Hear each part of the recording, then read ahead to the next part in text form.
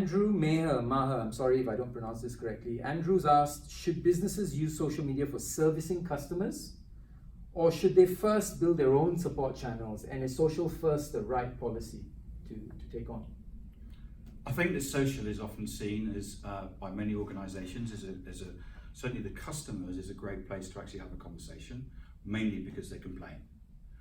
And brands, businesses have to be there because they need to actually pick up on those complaints, actually deal with them and actually service them. One of the mistakes that people quite often make is that they then have this discussion all over social when actually people are saying your product is shit, and then there's a complete discussion about it. I think from a service perspective, one has to realise that actually getting customers to come back is really important.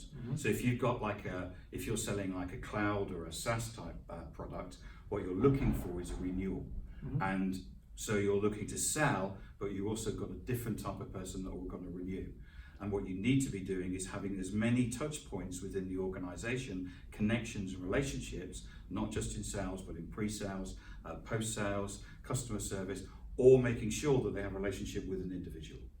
Okay, great. And Adam, you were saying something about customer service on social, bringing the cost of servicing down. Absolutely. So when Tim and I were working in the Netherlands, we were engaging with a Dutch bank, and they had traditionally had a telephone support network for customer queries, and the average interaction cost on there was about 17.5 euros per query. They moved that. That's on the phone. On the phone, that's right. So they moved that to social, and then reduced the cost to just under 7 euros per query. Now, obviously, you can't do that for every query, but actually, as a mode of operation to reduce the cost by over a factor of 2 is a fantastic cost-saving initiative. Right. It's also a scale issue, right? Because in social, you can handle a lot more queries, especially the run-of-the-mill ones. You don't have to necessarily get everyone on the phone. Absolutely. But the key thing always, though, is to answer the question right first time. Right. That's always the issue. So having a knowledge base implemented where people actually have the answers at their fingertips is crucial to make that work. But that's equally true on telephone or social. Yes. And I like your bit, Tim, about service recovery, because I think that's an element in getting recurring or getting people to come back to you when something has gone wrong, which it can, right? Things go wrong all the time. And particularly in my industry, in aviation, things go wrong a lot of times, right?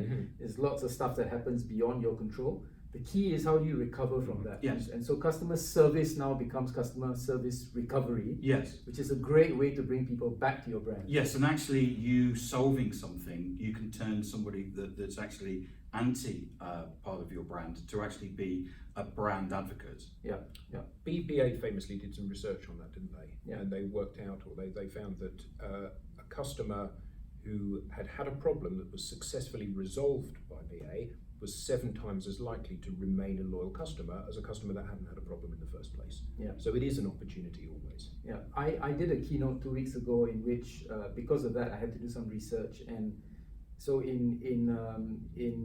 when scientists have studied our brains, they basically found that we tend to remember experiences, the peaks and the troughs of experiences, and we remember the end bits of experiences. So you could have had some troughs which kind of